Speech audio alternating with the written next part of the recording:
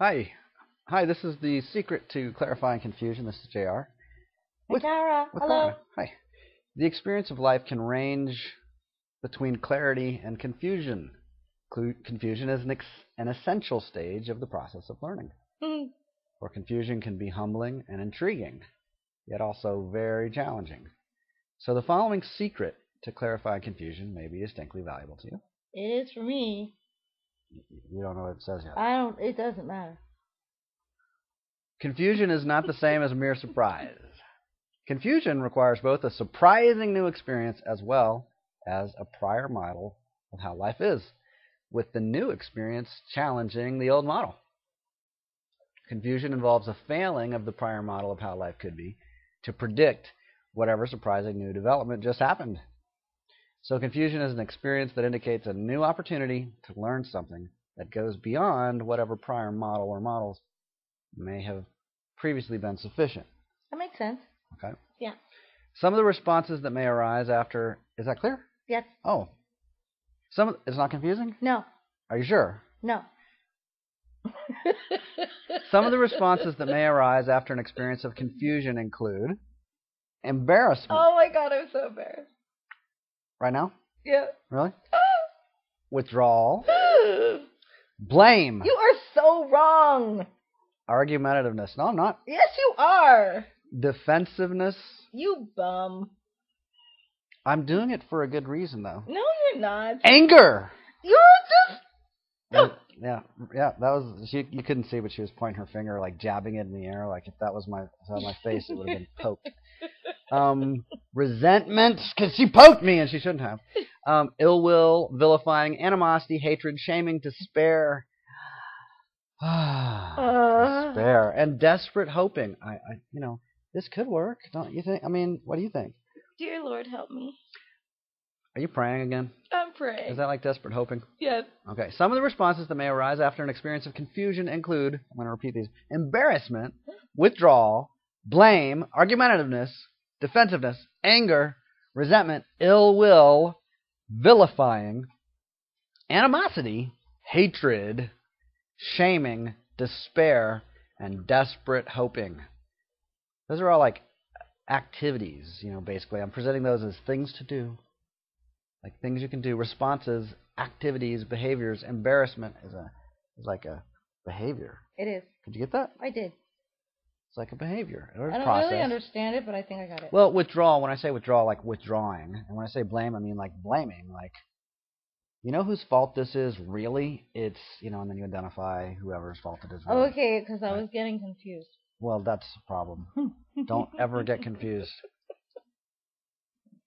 So resentment is like resenting. Vilifying is obviously, vilifying. Vilification, whatever. So we may target confused blame at our various targets, right? In our mode of confused blame or blaming, we can target our parents, our companions, our associates, or basically anyone prominent, like such as any public figure or any group, a government, a corporation, a religious denomination, a race, you name it. We can target them. No, it's always my boyfriend's fault. Does he know this? Oh, yeah. Okay. Note that while all blame is an expression of confusion, some blame may be relevant. Just get that. Most of it is. Okay, it could be, right? But it always, like if it's sincere, like natural, organic blame, it's arising out of confusion, but some of it could be relevant. So I'm not saying it's all irrelevant. We'll get back to that in a minute. But none of the actually, here I go with this more general thing. None of the responses expressing confusion are totally irrelevant. Like there's a reason that embarrassment and hatred and all these things arise in human experience and activity, and to the extent they arise in animals or whatever, animals withdraw, animals are aggressive or that kind of have animosity. We can at least say that much, right? Yeah. So it might not be personal animosity, but certainly there's aggression at times. Yeah. Anyway, and I believe it is, incidentally, but that's getting into a different subject. So I believe that higher mammals, besides humans, can have personal, Yeah. Just as they have family bonds, they can have personal relationships and memory and all that stuff. Yeah. Just not nearly as much intricacy as humans. Lots of categories of identifications that humans have.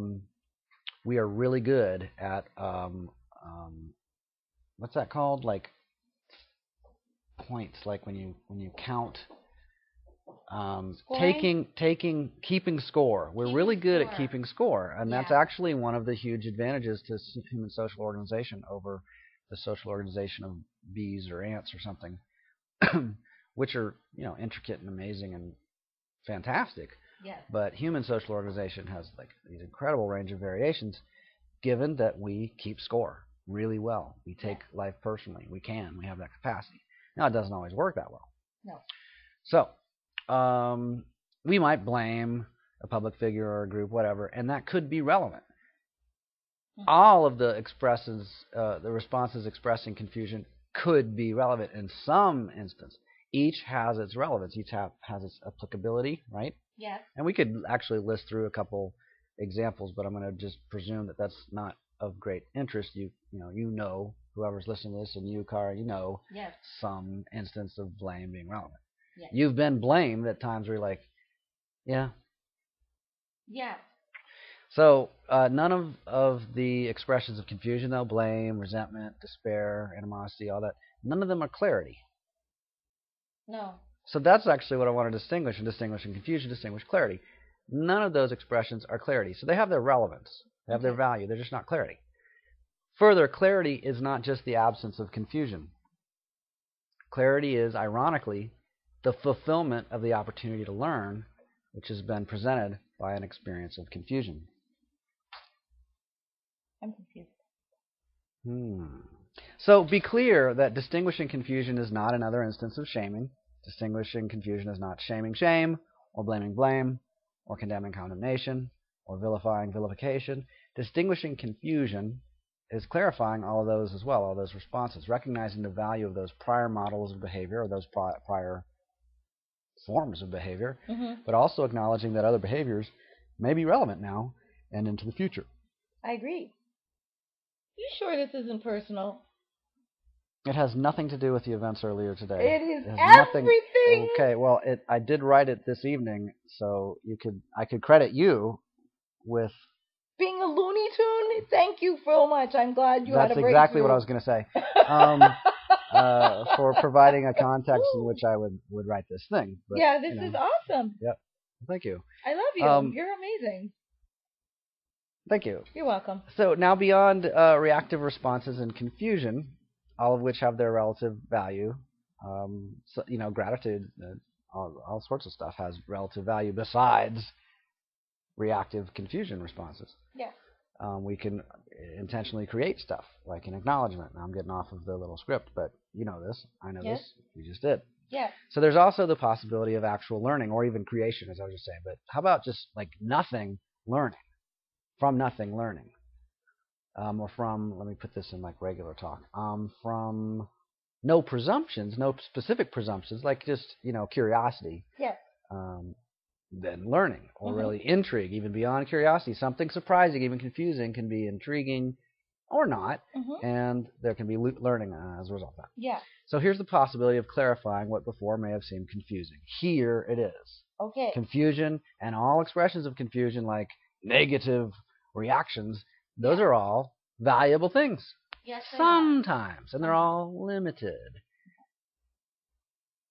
So note that nothing is itself inherently confusing, like no instance, no phenomenon, no development is inherently confusing. The experience of learning establishes that some development or pattern may seem confusing in one instant and then clear in another. Okay. Even for the same person, even only moments apart in time. Moments. Like for you or for me. Okay. Again, confusion requires not only a surprising new experience, but a prior model that does not fit current developments. The inadequacy of the prior model is the issue, or at least could be. And that is, when I say it's the issue, I mean it's the opportunity, like to see, okay, the prior model doesn't fit somehow. Okay? Yes.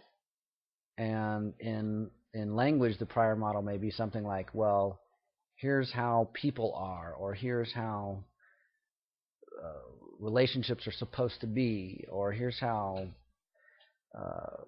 the real estate market is supposed to be, or here's how democracy in the United States is supposed to operate, all that stuff. Yes. So those are all models. They might be applicable to a particular development.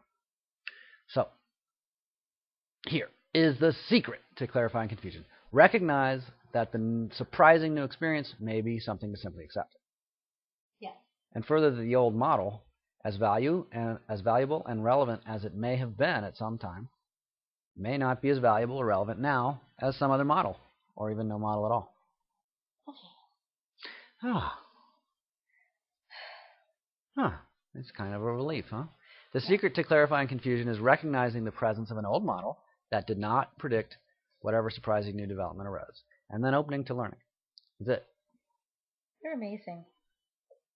Confusion may be resolved simply by repeated exposure to whatever was initially surprising. Yes, you've seen that behavior before, so you did that very well. In other words, some confusion is very close to mere surprise. You just see something over and over, and then you get it. Yes. However, some confusion cannot be resolved simply, or perhaps it doesn't get resolved simply. Some confusion may arise such that it is relevant to involve someone with distinct competence and expertise. I have to see a shrink. Well, you could actually, like, say you're having some confusion about how your boyfriend's behaving. You could go talk to your boyfriend about it. That's a good idea. For instance, yeah. Okay. Or how he's not behaving or whatever. Yeah, that's good. Not behaving. Hey, you. Act your age. Hello. What? What? So, someone with distinct competence and expertise may be consulted, right? Because if I'm really confused about something, I could ask. Yes. You or how about this? If for instance, we can imagine a car engine that is working but then stops working. Has that ever happened to you? Yes. Yes.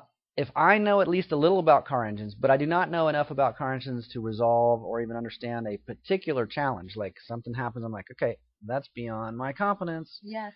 Then I might contact someone with more experience than me. Joe. Or I might be like, I know where I am. I don't need to pull over and ask for directions. No, I might actually ask for support and assistance. Like I could call tech support with my computer problems, or I could call the hotline for auto repair, or just take it into a shop. Yes. Or I could take it over to my friend Lowell. Lowell, are you listening? Lowell will help me fix my car, by which I mean he'll do it for me. Yes. Well, okay, at least change my oil. Yes. So I might involve someone who knows more about a particular thing than I do. Like I know they do. Maybe someone will volunteer to me, but it's particular if I recognize someone else as having competence and experience that's relevant to something that's confusing me, I might say, hey, this thing's confusing me. Can you help me resolve like what's going on, or just take care of it for me? I don't really need to know how to fix my engine or what's wrong with it. Just can you make it run again? Yes.